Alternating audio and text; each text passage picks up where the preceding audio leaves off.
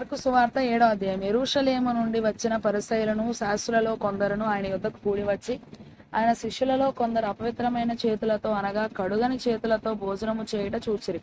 పరిసయ్యులను యూదులందరూ పెద్దల పారంపర్యాచారమును బట్టి చేతులు కడుగుకొంటేనే గాని భోజనము చేయరు.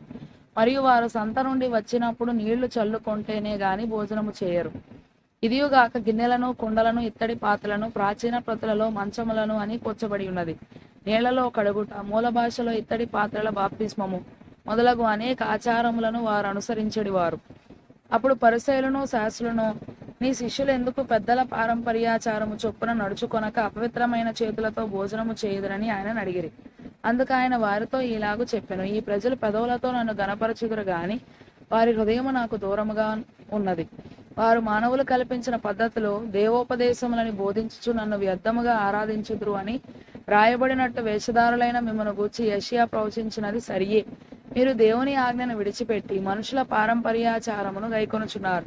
మరియు ఆయన మీరు మీ పారంపర్యాచారమును గైకొనుటకు దేవుని ఆజ్ఞను బొత్తిగా నిరాకరించుదురు. నీ తల్లిదండ్రులను గణపరచవలననియు తండ్రినైనను తల్లినైనను దూషించువానికి మరణశిక్ష విధింపవలననియు మోషే చెప్పెను గదా. అయినను మీరు ఒకడు తన తండ్రినైనను తల్లినైనను చూచి నా వలన నీకు ప్రయోజనమగునది ఏదో అది కొర్బాను అనగా దేవార్పితం అని చెప్పిన ఎడల తన తండ్రికైనను తల్లికైనను వారిని ఏమీ చేయనీయక మీరు నియమించిన మీ పారంపర్యాచారము వలన దేవుని వాక్యము నిరర్ధకము చేయుదురు. ఇటువంటివి అనేకములు మీరు చేయుదురని చెప్పెను. అప్పుడు ఆయన జనసమూహమును మరల తన యొద్దకు పిలిచి, మీరందరూ నా మాట విని గ్రహించుడి. వెలుపల నుండి లోపలికి పోయి మనుషుని అపవిత్రునిగా చేయగలుగునది ఏదియూ లేదు గాని లోపల నుండి బయలు వెళ్ళునవే మనుషుని అపవిత్రునిగా చేయుననెను. ఆయన జనసమూహమును విడిచి ఇంటిలోనికి వచ్చినప్పుడు ఆయన శిష్యులు ఈ ఉపమానమును గూర్చి ఆయనను అడగగా ఆయన వారితో ఇట్లనెను, మీరును ఇంత అవివేకులై ఉన్నారా? వెలుపల నుండి మనుషుని లోపలికి పోనదేదియు వారిని అపవిత్రునిగా చేయజాలదని మీరు గ్రహింపకున్నారా? అది వాని హృదయములో ప్రవేశింపక కడుపులోనే ప్రవేశించి బహిర్భూమిలో విడవబడును. ఇట్లు అది భోజన పదార్థములన్నిటినీ పవిత్రపరచును. మనుషుని లోపలి నుండి బయలు వెళ్ళినది మనుషుని అపవిత్రపరచును. లోపల నుండి అనగా మనుషుల హృదయములో నుండి దురాలోచనలను, జారత్వములను, దొంగతనములను, నరహత్యలను, వ్యభిచారములను, లోభములను, చెడుతనములను, కృత్రిమమును, కామ వికారమును, మత్సరమును, మూల భాషలో చెడ్డ కండ్లను, దేవదూషణయు, అహంభావమును, అవివేకమును వచ్చును. ఈ చెడ్డవన్నీ లోపల నుండియే బయలు వెళ్ళి మనుషునే అపవిత్రపరచునని ఆయన చెప్పెను. ఆయన అక్కడ నుండి లేచి తూరు సీదోనుల ప్రాంతములకు వెళ్ళి ఒక ఇంట ప్రవేశించి ఆ సంగతి ఎవనికిని తెలియకుండా వలనని కోరెను గాని ఆయన మరుగై ఉండలేకపోయాను. అపవిత్రాత్మ పట్టిన చిన్న కుమార్తె గల యొక్క స్త్రీ ఆయనను గూర్చి విని వెంటనే వచ్చి ఆయన పాదముల మీద పడెను. ఆ స్త్రీ సురేఫెనికయ వంశమందు పుట్టిన గ్రీసు దేశస్థురాలు. ఆమె తన కుమార్తెలో నుండి ఆ దయ్యమును వెళ్ళగొట్టుమని ఆయనను వేడుకొనెను.